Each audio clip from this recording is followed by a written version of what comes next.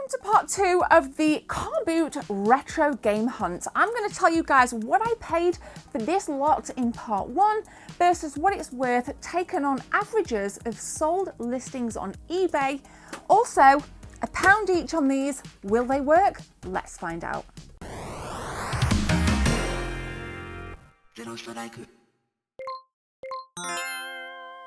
So I know you're probably the most anticipated for the Xbox 360s.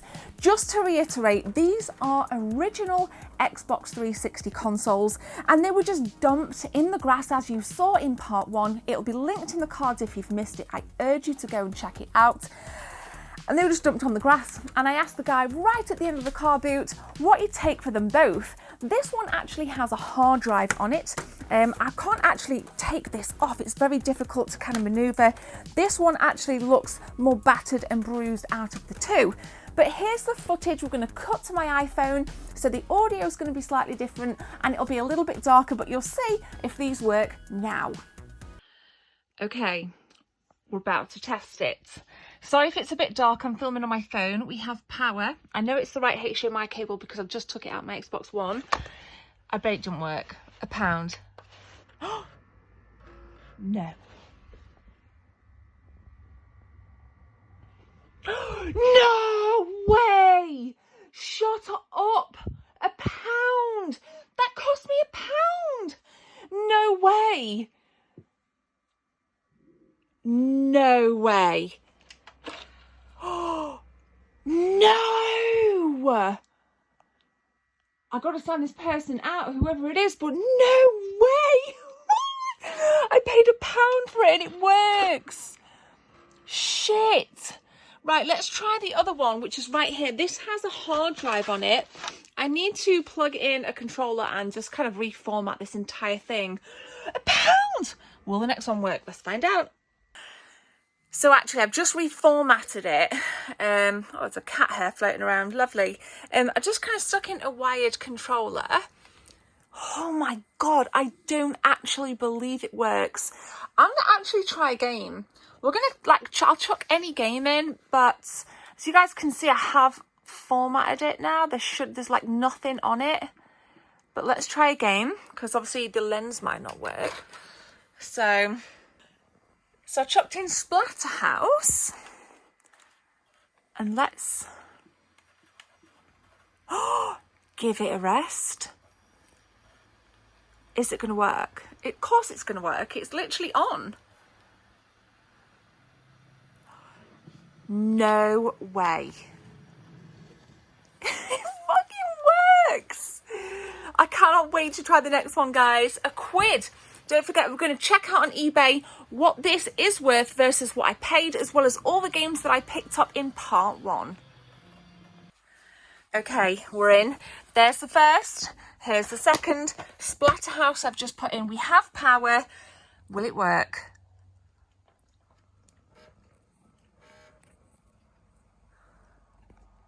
Will it work? No! Shit! What is that? I have a red ring of death on this one. No! Okay, I might even try and get this fixed. Does anybody know how I can get it fixed? I'll probably send it off to one of my friends like Rob or something. So that one works for £1. This one doesn't, but I bet I can salvage the hard drive. I don't know what size hard drive this would even be. I'll have to take it off and let you guys know, but no! Red ring of death, guys. But I can get it fixed. How much will it cost for me to get this fixed? Let me know in the comment section below. So, much to my surprise, this one actually works. I did format it and you did see me try Splatterhouse and the games boot up really well. This sounds really good.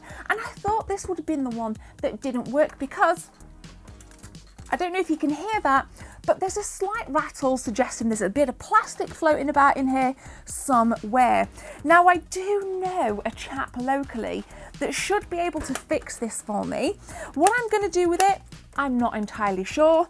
I'm eager to see what's on the hard drive. Obviously, I'll format it as well, but I'm just throwing it out there like I've already asked. What kind of prices do you think I'll be able to pay to get the kind of red ring of death fixed, if at all? if at all. So this might just be a very kind of cheap bookend. So I had a look on eBay and it was very difficult to find out what exactly these are worth, but I've had a good mooch around for the consoles only, and they're kind of going for like anywhere between £10 to £20 working. So I thought I'd take an average of £10 each on the console as they're worth, making a profit of 18 quid. They're not for sale, I'm not doing this to make any money, but I thought it would be cool just to look at what I've paid, so £2 so far spent, versus what they're worth. So that was an absolute buzz for me. If you're new here and you like, you know, gaming stuff, retro game hunts and videos like this, be sure to subscribe, and we're going to take a look at the games now, what I paid versus what they are worth on eBay. So I picked up Quake 4 and the Resident Evil 5 guide. I paid a £5, and when I looked at the listings of sold stuff on eBay, I took an average from what it was at the time. It may be slightly different now, and confirming I paid £5. They're only worth £4.40 on the average listings of sold stuff on eBay. So the guide was worth £2, and I'm just checking here, this Quake was worth £2.40. So I have made a bit of a loss on that, but that's absolutely fine. But I'm really stoked with this. This is probably my favourite game that I picked up, purely because of the condition. It's in beautiful condition, and it does come with the bonus disc, and I asked what this was in the part 1, and a lot of you guys answered for me, so thank you so much for that. So we got Quake 4, we got the Xboxes, I'll keep the tallies on screen, we got the guide. We're going to move to the next batch now. So you'll see me scouring on this stall right here, and from them I picked up 3 games. I picked up Zombie U, I picked up Beach Bandits on the GameCube, and I picked up Kengo Zero on the Xbox 360. Now all of these were priced at £2 each. He wouldn't budge on the prices, so I said okay. So I spent a total of £6 here, and according to what my findings were on eBay and averages from sold listings as of today of filming, Kengo was worth, let me consult the book, £3 average on eBay. So this goes for £3 average on eBay. Beach Bandits, it actually sold for a lot less than what the priced up listings were. I found an average of £2.40 for Beach Bandits, and again, all of these are kind of close condition, so boxed complete, £2.40. And then Zombie U, £1.87, which is reflective pretty much of what CEX are selling this for, because they're actually selling this for £2 at the moment. So if you want a cheap copy, definitely check out CEX if you want to pick up Zombie U. So yes, I did pay £6 for this little bunch. What's it worth according to the sold listings? £7.27 average for the 3. So not too much of a kind of upscale there, and it makes me reflect on just how knowledgeable these sellers are over at Car Boots when they're pricing up these games, because so far, aside from the Xbox 360s, it's not looking like I've made a bargain actually, and I'll tell you at the end the entire price that I paid versus what the entire lot is worth on the average sold stuff. So let me know what you think so far, and let me know if you've played any of these games, and if you'd possibly like me to stream some of them right here on YouTube as well. So that's that little lot. Now, the next bunch was the biggest bunch that I picked up. You saw me find 2 Sega Mega Drive games. We have the Flintstones, we have Chuck Rock 2, we had Golden Axe on the PlayStation 3. Yes, I need to take the sticky labels off. And then, to my surprise, we found 4 Game Boy Advance games. So we had The Incredibles, we had Home on the Range, Looney Tunes Back in Action, as well as Mission Impossible Operation Surma. So the total I paid for all of these games, and I really had to do some bartering here, was £36. So again, I launched myself on eBay. We did the sold price listings, took an average from what I saw. The only one that was kind of not sold on eBay was Mission Impossible. This again, box complete, looking rather stellar in comparison to what else I have here. I found an average of £13.36 for Mission Impossible, so we'll keep that figure. Looney Tunes Back in Action, I've kind of logged it here. This one surprisingly only had one that was sold that was box complete. Everything else was unboxed. Goes for a hell of a lot more boxed. £15.27 was the only sold listing I could find on this. So that actually is quite an expensive game. So I actually thought Mission Impossible would probably be a little bit more, but it turns out that this game boxed is actually way more worth it. Next up then, Home on the Range.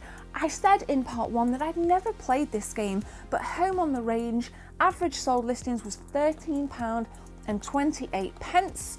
So already I'm thinking here, maybe I'm kind of making a little profit here.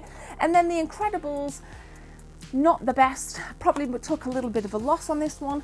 £4.15 for Incredibles. Goes for pence if you can find an unboxed copy, if you are one of those gamers that likes to buy your games on eBay. So that's the GBA games. So the other half of this from this seller, Golden Axe, this bad boy, £3.98 average sold on eBay. And I just took the first three for between 3 and 6 sold listings, depending on what they were. So we got that. Chuck Rock, so down to your real meaty stuff now. Chuck Rock 2, Son of Chuck. I have logged it here as £11. Now this is oh no, Flintstones is missing manual. This is complete. So 11 quid. I actually thought that the average price on this would be a little bit higher, but the real money came with this, and the average was £15.59. Unfortunately missing manual, but that was what I found on eBay. So if I paid £36 for these, the total average worth was £76.63 according to the dreaded eBay. So overall, that's not too bad. Now I've added it up, and I don't pertain to be a maths expert by any stretch of the imagination, but the total spend at this car boot was exactly £44. And again, my findings are a worth of £108.30. So not too bad. And again, I want to reiterate that these are not for sale. I'm using this purely as a bit of fun. And if you like this kind of episode and you want me to do more of the kind of what I paid versus worth, please let me know in the comment section below. And if we can get 200 likes on this video, it will evidence to me clearly that you guys have enjoyed it. So don't forget, guys, to watch part 1. It will be linked in the cards. I will have a little highlight reel now to whet your palate, but I strongly suggest you go and check it out. What's coming? I have a £5 retro game challenge in the bag and ready to show you guys. So that is also coming, and there's just loads more. So please subscribe, leave a like, and I will catch you in the next one. See you soon.